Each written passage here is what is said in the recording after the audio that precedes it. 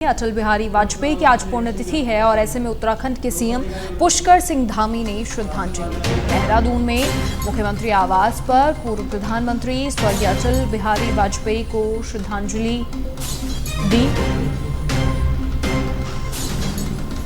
उन्हें नमन किया। सीएम पुष्कर सिंह धामी ने श्रद्धांजलि दी पूर्व प्रधानमंत्री अटल बिहारी वाजपेयी को। आज उनकी पुण्यतिथि है। एक्सपोस्ट भी उनके ओर से किया गया, जिसमें भारतीय राजनीति के शिखर पुरुष, बहुआयामी व्यक्तित्व के धनी, करोड़ों भाजपा कार्यकर्ताओं के प्रेरणा स्रोत पूर्व प्रधानमंत्री अटल बिहारी वाजपेयी की पुण्यतिथि पर कोटेश नमन, ऐसा उन्होंने एक्सपोस्ट करते हुए लिखा।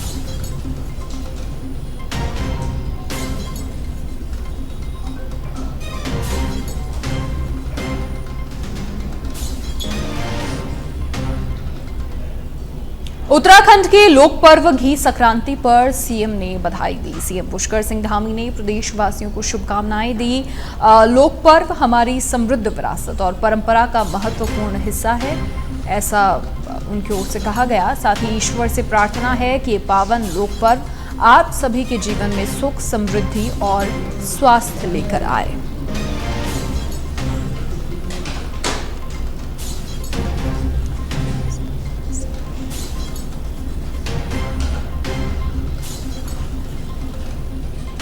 तो उत्तराखंड का घी संक्रांति लोक पर्व और ऐसे में सीएम ने बधाई दी, प्रदेशवासियों को शुभकामनाएं दी।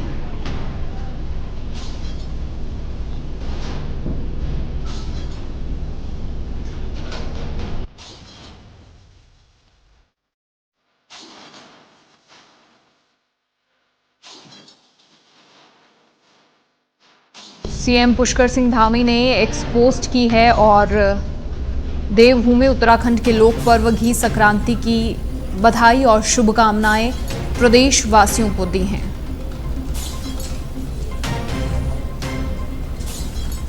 उन्होंने ईश्वर से प्रदेशवासियों के जीवन में आरोग्य और अच्छा स्वास्थ्य प्रदान करने की कामना की है और साथ ही कामना की है कि सभी के जीवन में सुख और समृद्धि ये पावन पर्व लेकर आए। तो उत्तराखंड का घी संक्रांति लोक पर्व और ऐसे में सीएम पुष्कर सिंह धामी ने प्रदेशवासियों को बधाई और शुभकामनाएं दी हैं। उन्होंने कहा कि लोक पर्व हमारी संस्कृति का एक अंग है और सांस्कृतिक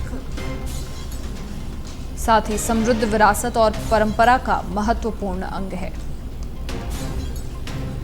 इसी के साथ उन्होंने एक्सपोज करते हुए सभी को देवभूमि उत्तराखंड के लोक पर्व घी संक्रांति की अनेकों बधाइयां और शुभकामनाएं प्रेषित की।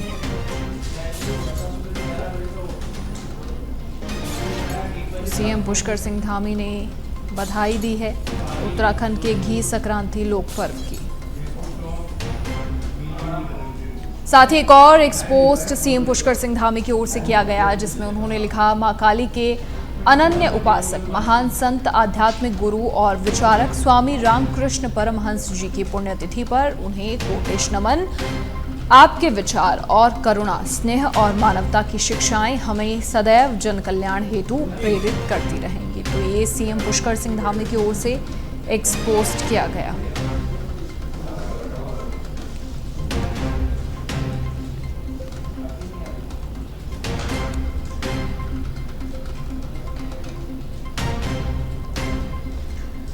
स्वामी रामकृष्ण परमहंस जी की पुण्यतिथि पर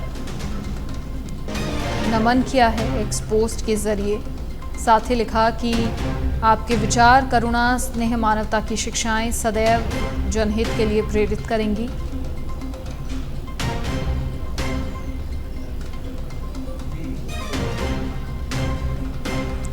सीएम पुष्कर सिंह धामी की एक्सपोस्ट देहरादून में रक्षाबंधन पर राज्य स्तरीय कार्यक्रम, सीएम आवास के मुख्य सेवक सदन में रक्षाबंधन पर कार्यक्रम और मुख्यमंत्री पुष्कर सिंह धामी कार्यक्रम में शामिल हुए। मुख्यमंत्री सशक्त बहना उत्सव योजना के तहत ये कार्यक्रम और मुख्यमंत्री महिला स्वयं सहायता समूह सशक्तिकरण योजना के तहत ये कार्यक्रम हुआ। कार्यक्रम में सीएम पुष्कर सिंह धामी ने कहा, सरकार योजनाओं के माध्यम से राज्य में महिला स्वयं सहायता समूह को बढ़ावा देने का काम कर रही है। राज्य की महिलाएं समूह के माध्यम से काफी बेहतर उत्पाद बना रही हैं। समूह के माध्यम से स्थानीय उत्पादों को नई पहचान और रोजगार के नए अवसर मिल रहे हैं।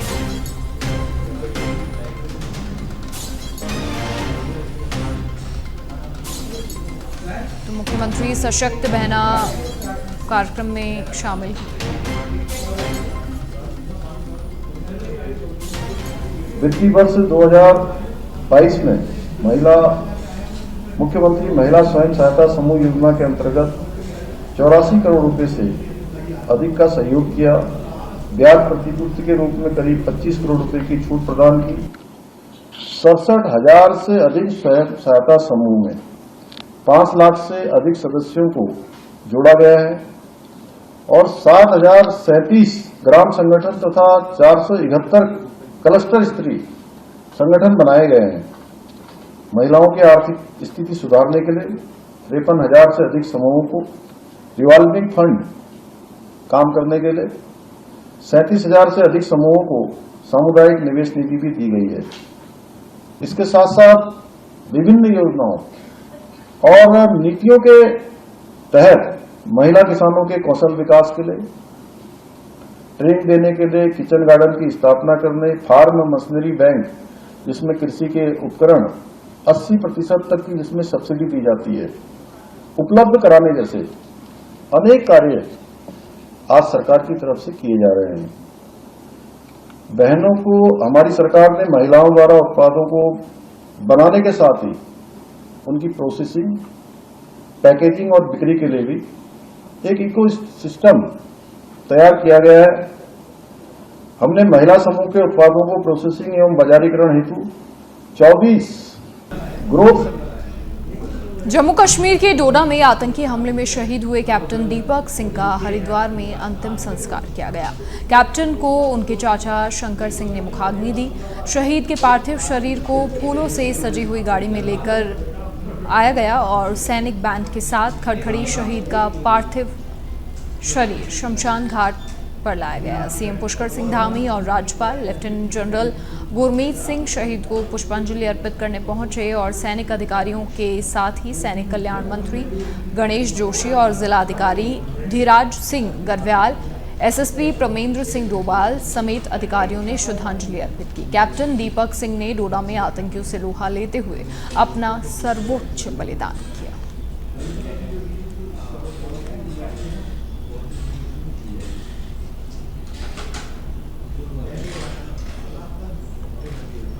तो इस दौरान सभी की आंखें नम हो गई और खड़खड़ी घाट पर शहीद दीपक सिंह का अंतिम संस्कार। देखिए, उत्तराखंड वीरों की भूमि है, राष्ट्रभक्तों की भूमि है। देश की सेना का 17.5% की पूर्ति उत्तराखंड जैसा छोटा सा राज्य करता है। देश की रक्षा करने वाला हर 5वां सैनिक हमारे उत्तराखंड से होता है। अभी 1 महीने के अंदर हमारे 8 से अधिक वीरों ने देश की रक्षा के लिए अपने प्राणों की आहुति दी। आज हम उस महान नायक को नमन कराएं। कैप्टन दीपक कुमार जो 48 आरआर के थे, डोडा में आतंकवादियों से मुठभेड़ में वो शहीद हुए हैं। मैं दिल की गहराई से अपनी सरकार की ओर से, अपनी ओर से, देश की जनता की ओर से उस महान नायक को नमन करता हूं। और मैं ये कहना चाहता हूं, इस संकट की घड़ी में पूरा देश, पूरा प्रदेश इन परिवारों के साथ में है।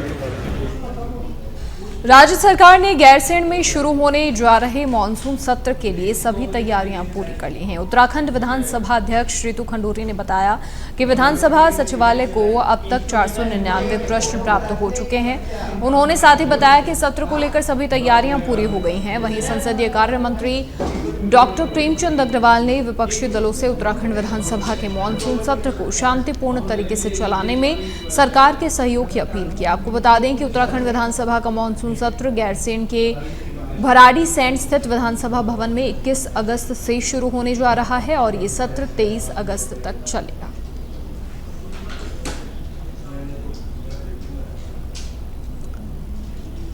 पूरी है क्योंकि व्यवस्था की दृष्टि से विधानसभा सचिवालय काम कर रहा है। जहां वहां अंदर प्रश्नों की बात आएगी, हम लोग पूरी तरह से तैयार हैं। मैं उम्मीद कर रहा हूं कि ये सत्र बहुत अच्छा होगा और पक्ष के साथ साथ मैं विपक्ष से तमाम उन माननीय विधायकगणों से, विशेषकर हमारे साथियों से मैं आग्रह कर रहा हूं कि हमारा ये जो सत्र बहुत दिनों बाद हो रहा है उसको सौहार्दपूर्ण तरीके से वो उसमें संपन्न कराने में अपना बहुमूल्य योगदान देंगे। देखिए, तैयारी पूरी है। विधानसभा सचिवालय पूरी तरह से तैयार है।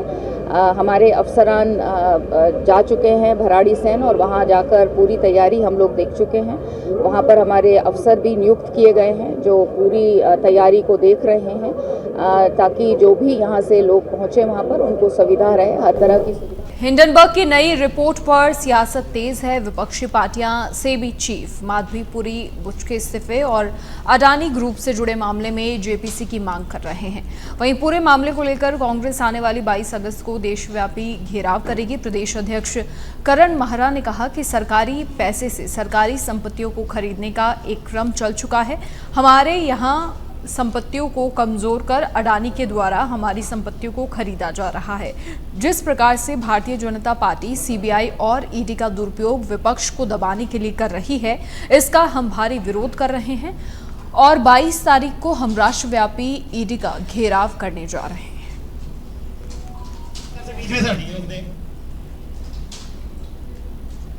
तरीका है काम करने का। सरकारी पैसे से सरकारी संपत्तियां खरीदने का जो एक क्रम चल पड़ा है इस देश में, हमारे बैंक्स लोन दे रहे हैं, हमारी संपत्तियों को कमजोर करके उनको खरीदा जा रहा है अडानी के द्वारा। तो ये जो चल रहा है ये ज़्यादा समय तक चलने वाला नहीं है। हमारी सरकार आएगी, हम इस सब चीज़ को उल्टा कर देंगे, पलटने का काम करेंगे। और जिस तरीके से सीबीआई और ईडी का बेजा इस्तेमाल भारतीय जनता पार्टी की सरकार विपक्ष के लिए कर रही है एक टूल के रूप में, उसका हम विरोध करेंगे। 22 तारीख को राष्ट्रव्यापी आंदोलन है। हर राज्य में जहाँ जहाँ ईडी के दफ्तर हैं उन ईडी के दफ्तरों का घेराव किया जाएगा और आगे की रणनीति। बांग्लादेश में हिंदुओं पर हो रहे अत्याचार के विरोध में हरिद्वार में साधु संतों ने आक्रोश मार्च निकाला। हरिद्वार के उछाली आश्रम से शुरू होकर हर की पौड़ी तक निकाले गए मार्च में बड़ी संख्या में साधु संत मौजूद रहे और इसके बाद हर की पौड़ी पर बांग्लादेश में मरने वाले हिंदुओं को श्रद्धांजलि दी गई। साधु संतों ने मांग की है कि बांग्लादेश में जो अत्याचार हिंदुओं पर हो रहे हैं उस पर तत्काल रोक लगाई जाए। भारत सरकार बांग्लादेश को लेकर कठोर कदम उठाए। संतों का जो आक्रोश था उसकी एक श्रद्धांजलि सभा के रूप में इसका समापन हर की पौड़ी पर हुआ है। जिन भाई और बहनों ने अपने प्राणों की आहुतियां दिया बांग्लादेश में, जिनके साथ अत्याचार हुआ है, धर्म स्थानों पर जो हमले हुए हैं, उसको लेकर के पूरा साधु समाज आक्रोशित था। तो हम लोगों ने उन आत्माओं को श्रद्धांजलि दी कि भगवान शिव और माँ भगवती गंगा उनको अपने चरणों में निवास दे। और भारत सरकार से मांग की भविष्य में ऐसी घटनाओं पर अंकुश लगाया जाए। विदेश मंत्रालय इस पर सख्ती से नजर रखे, यही संतों की मांग थी। हरिद्वार के पूज्य संतों ने, अखाड़ों ने आज ये आक्रोश रैली के माध्यम से एक संदेश पूरे विश्व के हिंदुओं को दिया है। विश्व भर के हिंदू एकजुट होकर अपने अपने स्थानों पर बांग्लादेश में हिंदुओं के ऊपर हो रहे अत्याचार के विरुद्ध अपनी आवाज़ उठाए। वहाँ के जिलाधिकारी के माध्यम से भारत के राष्ट्रपति, प्रधानमंत्री को ज्ञापन दे, विश्व शांति स्थापित हो। भारत के जो हिंदू है बहुत बड़ी मात्रा में बांग्लादेश में शक्तिपीठ है, वहाँ पर बहुत बड़ी मात्रा में सिख समाज, जैन समाज रहता है। उनकी जो अल्पसंख्यक हिंदू हैं उनकी सुरक्षा सुनिश्चित की जाए, इस मांग को लेकर हमने आज रोष मार्च हरिद्वार में निकाला है। जल्द ही हम सब लोग एक विराट सम्मेलन के माध्यम से इस विश्व के जो ऐसे मानवाधिकार संगठन जो छोटी छोटी घटनाओं पर हिंदुओं का विरोध करते हैं, जो आज मौन धारण किए हुए हैं, उनको चेताने का काम करेंगे। वो लोग जाएं बांग्लादेश। और अब बड़ी खबर का रुख करेंगे। केदारनाथ मार्ग पर मलबे में 3 शव बरामद हुए। पैदल मार्ग से मलबा हटाते समय मजदूरों को शव दिखाई दिए। 31 जुलाई की रात केदारनाथ पैदल मार्ग में आपदा आई थी और केदारनाथ मार्ग पर लिंचोली में ये शव मिले। मृतकों की पहचान सुमित शुक्ला, कृष्ण पटेल और साथ ही लाल बहादुर पटेल के रूप में हुई। तो केदारनाथ मार्ग पर लिंचौली में ये शव मिले। 31 जुलाई की रात जो आपदा आई थी उसके बाद मजदूरों को मलबा हटाने के दौरान ये 3 शव मिले। और अब उत्तराखंड के ऋषिकेश से खबर, जहां नीम बीच के पास युवक डूबा। बेरठ बाबा आश्रम ब्रह्मपुरी में पूजा करने युवक आए थे। मध्य प्रदेश से 8 लोग 3 दिवस की पूजा के लिए आए थे। एक युवक नदी किनारे से अचानक गंगा नदी में बह गया। एसडीआरएफ ने युवक की तलाश के लिए सर्च ऑपरेशन चलाया। बेरठ बाबा आश्रम में पूजा करने के लिए 8 लोग आए थे। 3 दिन की पूजा थी। मध्य प्रदेश से लोग आए थे और इसी दौरान एक युवक नदी में अचानक बह गया। एसडीआरएफ की ओर से युवक की तलाश के लिए सर्च ऑपरेशन चलाया गया। उत्तराखंड में मौसम विभाग का कई जिलों में बारिश का येलो अलर्ट है। उत्तरकाशी, रुद्रप्रयाग, टिहरी, देहरादून, पौड़ी, बागेश्वर और नैनीताल में बारिश का येलो अलर्ट जारी है। अन्य जिलों में कहीं कहीं हल्की से मध्यम बारिश की संभावना जताई गई है।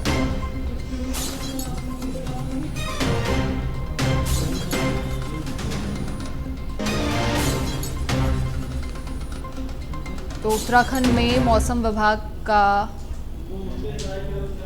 येलो अलर्ट जारी है। उधम सिंह नगर पुलिस को सफलता मिली है। ट्रांजिट कैंप क्षेत्र से 2 अपहृत बालिकाओं को बरामद किया है। 100 से ज्यादा सीसीटीवी फुटेज की मदद से सफलता मिली है। पुलिस टीम को एसएसपी उधम सिंह नगर सम्मानित करेंगे। उधम सिंह नगर उत्तराखंड। उधम सिंह नगर पुलिस को ये सफलता मिली है और 100 से ज्यादा सीसीटीवी फुटेज खंगालने पर यह सफलता मिली है। अब पुलिस टीम को एसएसपी के द्वारा सम्मानित किया जाएगा।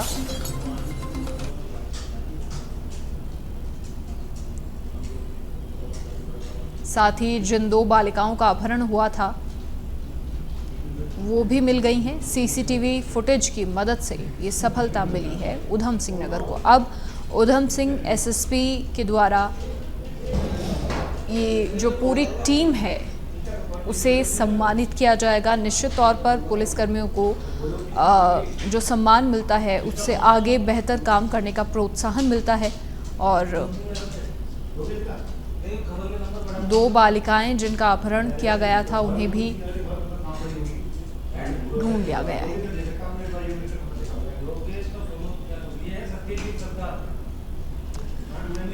उत्तराखंड के उधम सिंह नगर से खबर है, जहां सीसीटीवी फुटेज की मदद से पुलिस को सफलता मिली है। उधम सिंह नगर पुलिस को और अपहरण करने वाले आरोपियों को भी गिरफ्तार कर लिया है। साथ ही जिन बालिकाओं का अपहरण हुआ था उन्हें भी बरामद कर लिया है। और अब उधम सिंह नगर एसएसपी की ओर से पुलिस की इस पूरी टीम को सम्मानित किया जाएगा।